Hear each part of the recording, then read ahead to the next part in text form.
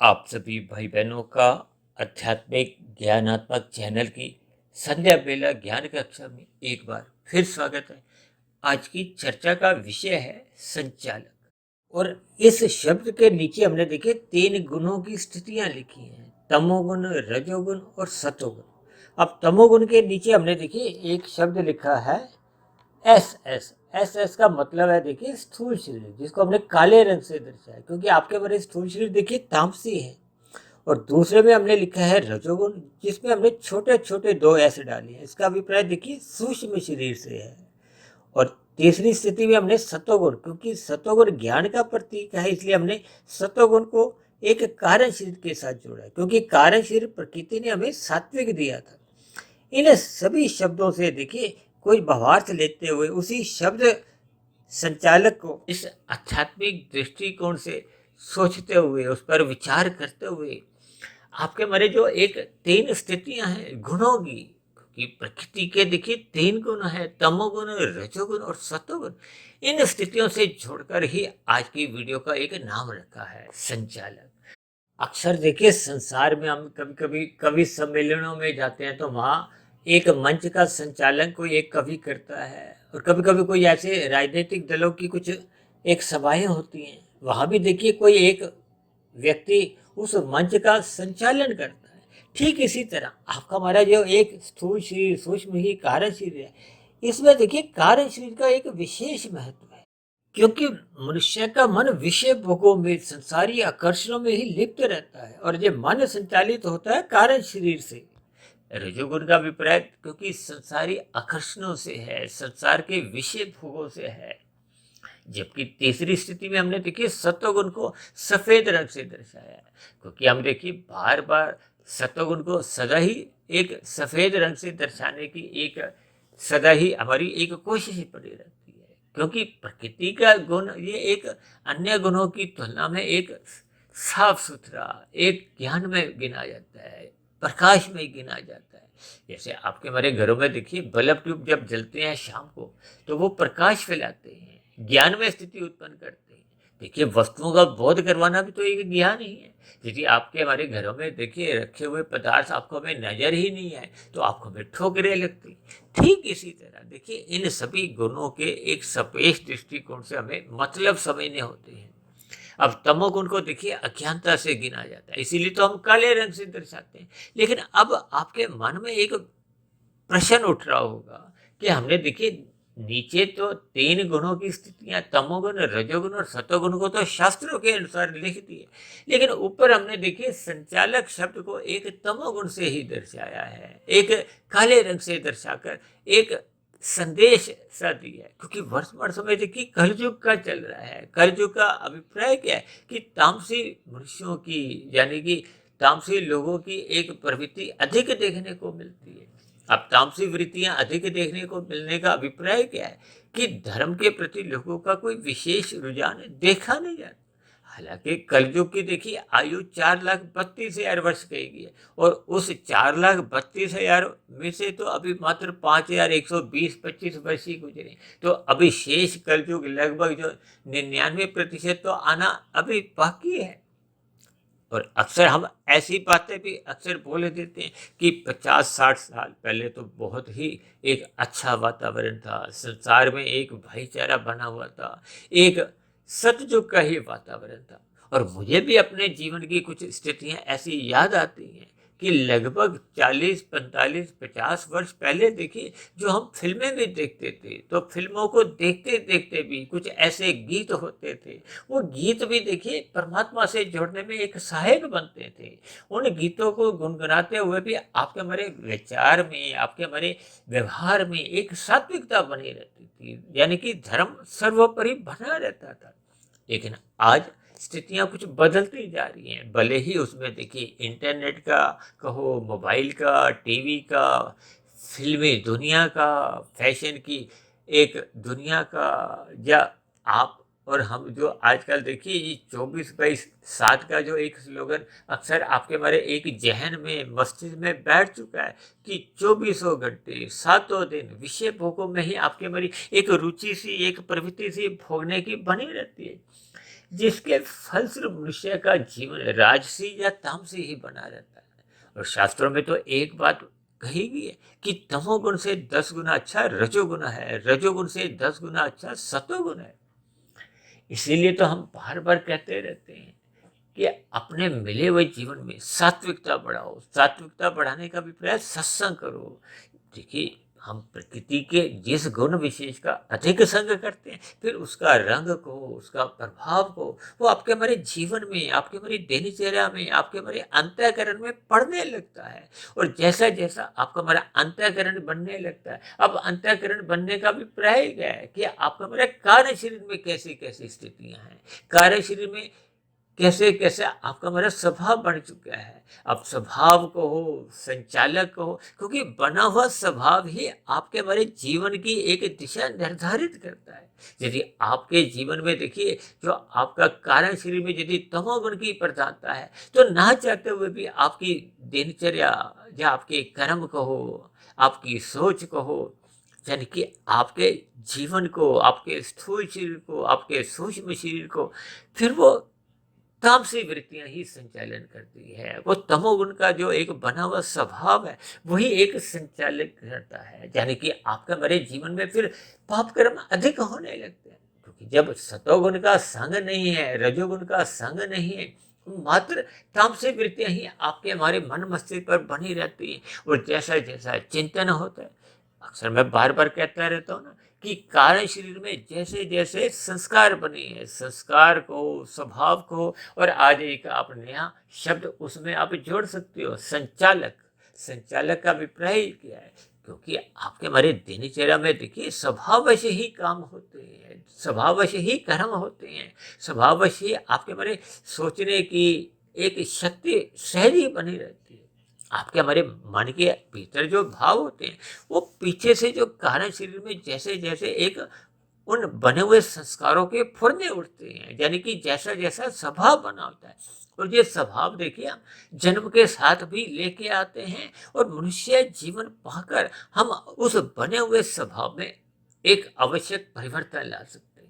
देखिए, जिनके स्वभाव अच्छे बने होते हैं, वो आरंभ से ही, बचपन अवस्था से ही उनका धार्मिक प्रवृत्तियों में, सात्विक प्रवृत्तियों में एक रुझान बना रहता है, धर्म के प्रति उनका एक लगाव बना रहता है, उनकी सत्संग के प्रति एक विशेष रुचि सहज ही दिखती है। और जब जब देखिए, मनुष्य में राजसी या तामसी वृत्तियां अधिक प्रभावशाली बनी होती हैं, अधिक स्वभाव बना होता है, तो फिर उसकी विषय भोगों में ही रुचि बनी रहती है। विषय भोगों में अधिक रुचि ही वो अनीतिगत कार्य भी करवाती रहती है। दूसरी एक विशेष बात देखिए, हमने कारण शरीर में भी केएस को बहुत बड़ा दिखाया है, और स्थूल शरीर के नीचे जो दो बड़े बड़े एस दिखाए हैं, उनको भी बड़ा दिखाया। इसका भी प्राय भी देखिए, हमें लेना होगा कि हम मनुष्य जोनि पाकर स्थूल शरीर के स्तर पर कितने ही कर्म कर जाते।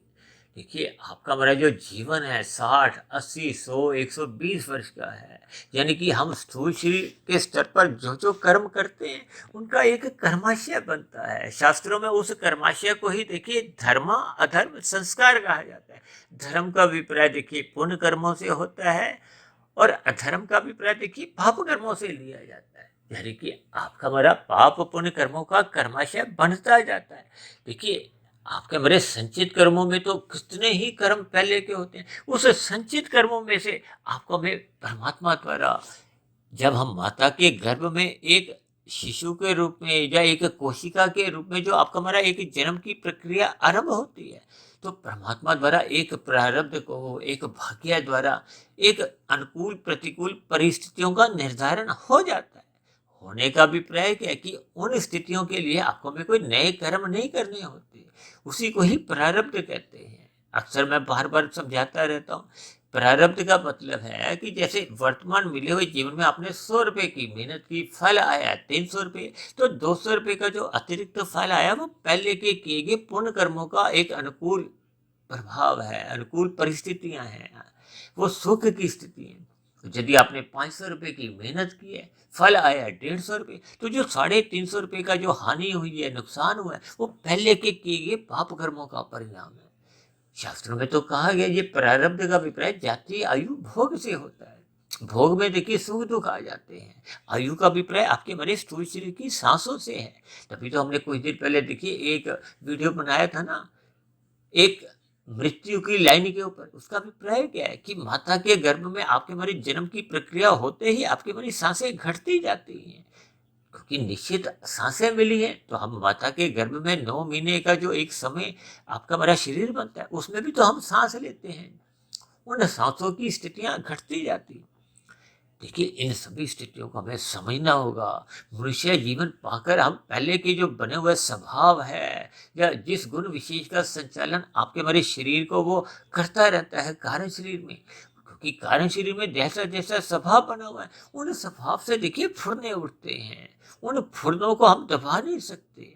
उनको दबाने के लिए बहुत ही अधिक देखिए प्रयास करना होता है। कहते हैं ना, स्वभाव जैसे आपका कोई बना हुआ है, उस स्वभाव के विरुद्ध जब हम काम करते हैं तो उसमें आपको हमें बहुत मेहनत करनी होती है। लेकिन फिर भी शास्त्रों में कहा गया मनुष्य जोनि कर्म जोनि है, मनुष्य जोनि साधना जोनि है। मनुष्य जीवन पाकर हम सब कुछ कर सकते हैं। सब कुछ करने का अभिप्राय है कि मनुष्य जीवन पाकर हम इस जन्म विशेष को अंतिम जन्म भी बना सकते हैं। अंतिम जन्म का अभिप्राय है कि मिले हुए जीवन में हम स्थूल शरीर के रहते रहते यदि हम कारण शरीर को पूर्ण रूप से शुद्ध कर लेते हैं, चाहे जैसा भी आपका हमारा देखिए स्वभाव पहले का बना हो, हम बुरे से बुरे संस्कार लेके भी आए हो, यदि हम वर्तमान मिले हुए जीवन में देखिए पुरुषार्थ के द्वारा साधना करते हुए, देखिए 4 पुरुषार्थ हैं, धर्म अर्थ काम मोक्ष। जब धर्म आपके हमारे जीवन में प्रथम स्थान पे बना रहता है तो जो जो अर्थ और काम है, अर्थ का अभिप्राय देखिए धन कमाने से है। यदि हम धन देखिए उतनी ही मात्रा में कमाते हैं कि आपके हमारे स्थूल शरीर की आवश्यकताओं की पूर्ति हो जाती है,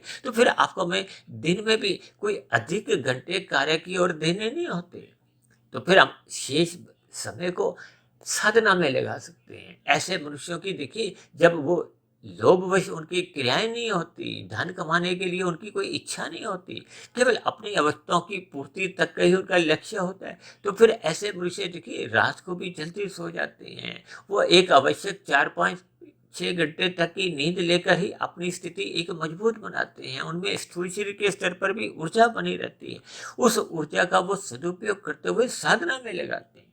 देखिए इन सभी स्थितियों को हमें ज्ञानपूर्वक समझना होगा। यानी कि मिले हुए जीवन में देखिए जैसे जैसे भी कार्य शरीर में वो संस्कार बने हुए हैं, स्वभाव बना हुआ है। देखिए स्वभाव का अर्थ क्या है? आप जैसे प्रकृति के जो 3 गुण हैं वो अपने एक प्रभाव में चलते हैं। शाम को सूर्य के ढलते ही तमोगुण की प्रधानता होती है, और तमोगुण की प्रधानता लगभग देखिए 8 घंटे की बनी रहती है। फिर उसके बाद के जो अगले 8 घंटे होते हैं वो सतोगुण के होते हैं। उस सतोगुण में ही 2 घंटे 40 मिनट की जो एक स्थिति है सूर्य निकलने से पूर्व की, वो ब्रह्म मुहूर्त की होती है। ब्रह्म शब्द इसलिए कहा जाता है क्योंकि ब्रह्म शब्द परमात्मा के लिए कहा जाता है। जब परमात्मा से जुड़ना आसान होता है उस समय विशेष में, इसलिए उस समय विशेष को, उस 2 घंटे 40 मिनट के समय को हम ब्रह्म मुहूर्त कहते हैं। और हमारी तो देखिए सुबह की जो एक कक्षा का नाम है वो तो ब्रह्म मुहूर्त उपदेश ही है। और शाम को हम संध्या बेला एक संदेश के नाम से वीडियो बनाते हैं। इन सभी स्थितियों के हमें भावार्थ समझने होंगे, अपने मिले हुए जीवन के महत्व को समझना होगा। यानी कि आपके हमारे जीवन में यदि तमोगुण एक संचालक रूप में था, अब हम उसको परिवर्तित कर सकते हैं। इसके लिए हम नए स्थितियों में हमें सतोगुण का संग करना होता है। जब आपका हमारा रजोगुण सतोगुण की लगाम से नियंत्रण में रहता है तो फिर ऐसे मनुष्य देखिए ब्रह्म मुहूर्त में उठकर साधना करते हैं। ब्रह्म मुहूर्त में उठकर जब हम साधना करने लगते हैं तो फिर दिन में रजोगुण तो एक मर्यादा में आ जाता है। मर्यादा में आने का अभिप्राय केवल स्थूल शरीर की अवस्था तक ही होता है। और जब जब मनुष्य का देखिए सतोगुण कमजोर स्थिति में होता है, अब जो मनुष्य देखिए सत्संग नहीं करता, सतोगुण का संग नहीं करता, और पहले का जो उसका कार्य शरीर में जो संचालक है, जो स्वभाव है, जो संस्कार है, उसमें रजोगुण की प्रधानता है या तमोगुण की प्रधानता है, तब ऐसी स्थिति विशेष में देखिए वो सतोगुण की न्यूनता ही उसका जो रजोगुण है और तमोगुण है उनको ही एक फैलाने का, अमर्यादित होने का एक स्थितियां उत्पन्न होने लगती हैं। इसलिए तो बार बार भगवान श्री कृष्ण ने गीता में ही कहा है कि आपके हमारे जो 5 ज्ञानेंद्रियां हैं, गंध, रस, रूप, स्पर्श और शब्द ये 5 भोग्य विषय हैं। 5 आपके हमारी ज्ञानेंद्रिय हैं, नाक, जिह्वा, आँख, त्वचा, कान, 5 कर्मेंद्रिय हैं, हाथ, पैर, वाणी, लिंग, गुदा। इन सभी देखिए 5 विषयों के जो घोड़ों को उनकी जो लगाम है वो बुद्धि के हाथ में, परमात्मा के हाथ में। यही तो भगवान श्री कृष्ण ने अर्जुन के रथ के 5 घोड़ों की लगाम अपने हाथ में रख के यही संदेश दिया कि हमें अपना सत्वगुण बढ़ाना होगा, परमात्मा की शरणागति बनानी होगी, ब्रह्म मुहूर्त में उठना होगा, गुरु की आज्ञा अनुसार अपनी दिनचर्या व्यवस्थित करनी होगी। जब ये स्थितियां आपके हमारे जीवन में एक व्यवस्थित स्तर पर, एक अनुशासन के स्तर पर आपके हमारे जीवन को एक अनुशासन में ले आती हैं, यानी आपका हमारा दिनचर्या एक व्यवस्थित होने लगती है, वो रजोगुण मर्यादा में रहता है। जिसका रजोगुण मर्यादा में रहता है उसका तो फिर तमोगुण में गिरने की संभावना समाप्त हो जाती है, क्योंकि जब जब रजोगुण अमर्यादित होता है तब तब मनुष्य की देखिए तमोगुण में गिरने की संभावना बढ़ती जाती है, क्योंकि विषय भोगों की जो इच्छाएं हैं वो ये मनुष्य को देखिए छल कपट, ठगी, हेरा फेरी यानी कि अनीतिगत कार्य करने के लिए विवश कर देती है। इसलिए तो बार बार कहा गया कि सत्संग करो, सत्संग करो। यदि आपके हमारे कार्यशैली में देखिए जो एक संचालन है, स्वभाव है या संस्कार है, वो यदि बुरा बना भी हुआ है तो परमात्मा ने आपको हमें देखिए एक अवसर दिया है साधना करने का। देखिए जैसे जैसे अंधकार की स्थिति को हमने दूर करना होता है, शाम को सूर्य ढलता है तो अंधकार की स्थितियां तो सहज ही होती हैं, तो हम प्रकाश जलाते हैं। हम वाहन चला रहे हैं तो अपने वाहन की लाइट जला देते हैं, हम घर में होते हैं तो हम अपने बल्ब ट्यूब जलाते हैं। ये सभी स्थितियाँ देखिए ज्ञानमय होती हैं, प्रकाशमय होती हैं। तो इसका अभिप्राय क्या है कि हमें अपने बुरे संस्कार समाप्त करने के लिए, क्योंकि बुरे संस्कार जो कारण शरीर में पहले से बने हुए हैं, क्योंकि नीचे की योनियों में तो देखिए पाप कर्मों का क्षय होता है, नाश होता है, लेकिन संस्कारों की स्थिति में परिवर्तन नहीं होता। अब ऊपर की योनियों में भी देखिए संस्कारों का परिवर्तन नहीं होता, क्योंकि संस्कारों में प्लस माइनस का हो, ये केवल मनुष्य योनि में होता है। बनते भी मनुष्य जीवन में है और बिगड़ते भी मनुष्य जीवन में। और यदि आपके हमारे संस्कार की बिगड़े हुए हैं, यानी कि आपके हमारे कार्यशैली में ये जो मैंने काला रंग दिखाया संचालक रूप में, ये अगर तामसी बना हुआ है तो हमें देखिए सत्संग विशेष रूप से करते रहना होगा। सत्संग करते करते ये जो काला रंग संचालक में भरा हुआ है ये फिर देखिए अपने आप ही पहले देखिए एक धुंधली स्थिति में होगा, यानी कि काला रंग कमजोर होने लगेगा, राशि संस्कार बनने लगेंगे, फिर बनते बनते वो सात्विक संस्कार बनने लगेंगे। और जब आपका हमारा कार्यशील पूर्ण रूप से शुद्ध हो जाता है तो फिर आपके हमारा रजोगुण भी मर्यादा में रहता है और तमोगुण में गिरने की स्थितियां तो बढ़ते ही नहीं है। तब ऐसी स्थिति विशेष में हम तमोगुण का संग मात्र एक नींद लेने के लिए करते हैं।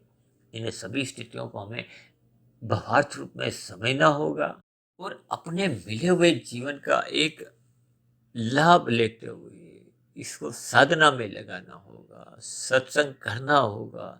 यदि मनुष्य सत्संग करता नहीं है तो फिर देखिए कुसंग तो सहज ही होने लगता है। अक्सर मैं बार बार कहता रहता हूँ कि देखिए कुसंग तो सहज ही होने लगता है, जबकि सत्संग के लिए प्रयास करना होता है।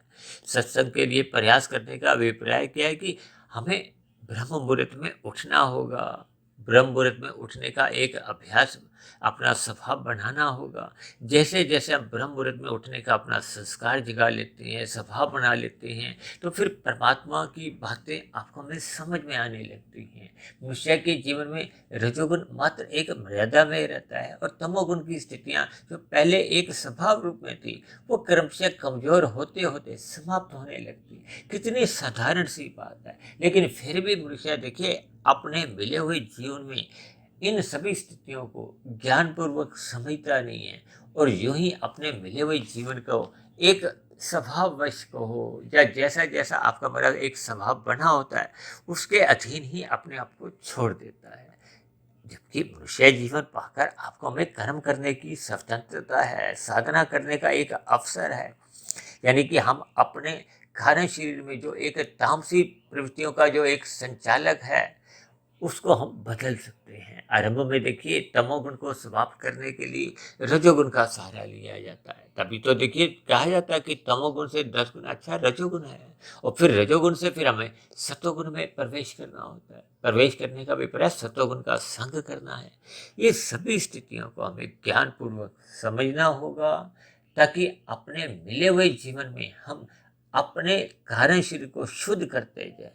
क्योंकि जैसे जैसे कार्य शरीर शुद्ध होता जाएगा, क्योंकि निरंतर श्रद्धापूर्वक सत्संग होने से फिर हम उसका मनन करते हैं। ये मनन देखिए मन के स्तर पर होता है, बुद्धि के स्तर पर होता है। ये निरंतर सत्संग का मनन होने से फिर कार्य शरीर में जो पहले के बुरे संस्कार बने हुए थे वो क्रमशः कमजोर होते होते वो समाप्त होने लगते हैं। समाप्त होते होते वो एक दग्ध बीज की अवस्था शास्त्रों में ही कही गई, क्योंकि जब बीज जल जाता है तो उसमें अंकुरण नहीं होता। ये अंकुरण देखिए संस्कारों का मन बुद्धि के स्तर पर होता है। फिर मन बुद्धि, क्योंकि मन तो देखिए महाइंद्रिय है। ये जो स्थूल शरीर की ज्ञानेंद्रियां हैं या कर्मेंद्रिय हैं, यानी कि आपके हमारे स्थूल शरीर का जो एक नियंत्रण है वो तो मन के हाथ में है, बुद्धि के हाथ में। इन सभी स्थितियों का हमें भावार्थ समझना होगा। अपने मिले हुए जीवन में ये जो संचालक हमने काले रंग से दर्शाया है, इसको हमने पूर्ण रूप से शुद्ध करना होगा।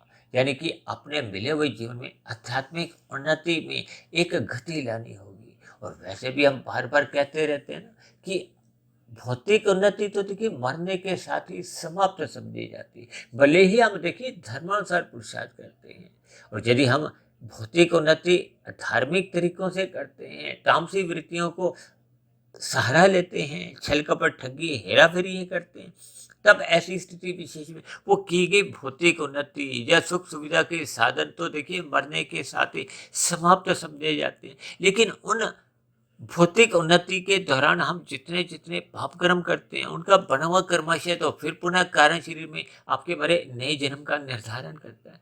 तो इन सभी स्थितियों को हमें समझना होगा।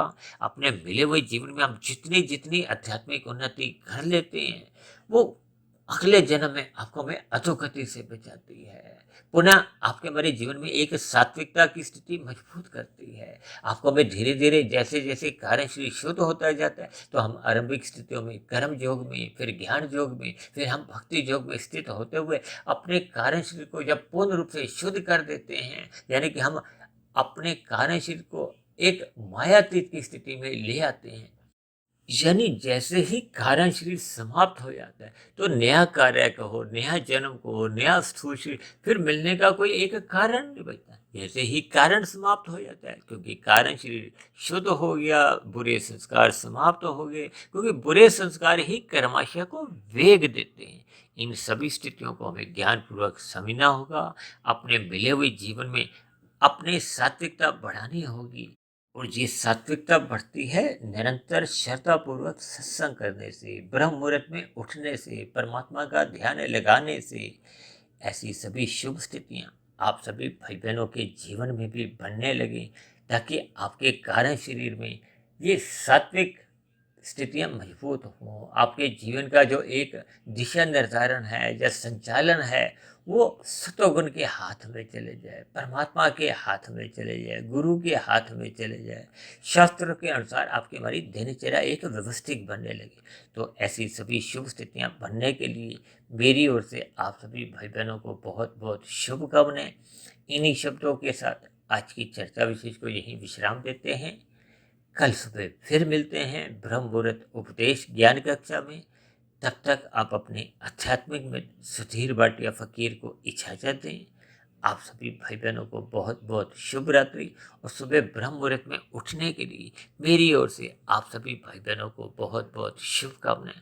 फिर भी चर्चा संबंधित आपके मन में यदि कोई प्रश्न हो, मेरी कही की बातों पर आपको कोई आपत्ति हो, तो नीचे दिए गए कमेंट्स बॉक्स पर जाकर आप अपना प्रश्न, अपनी आपत्ति लिख सकते हो।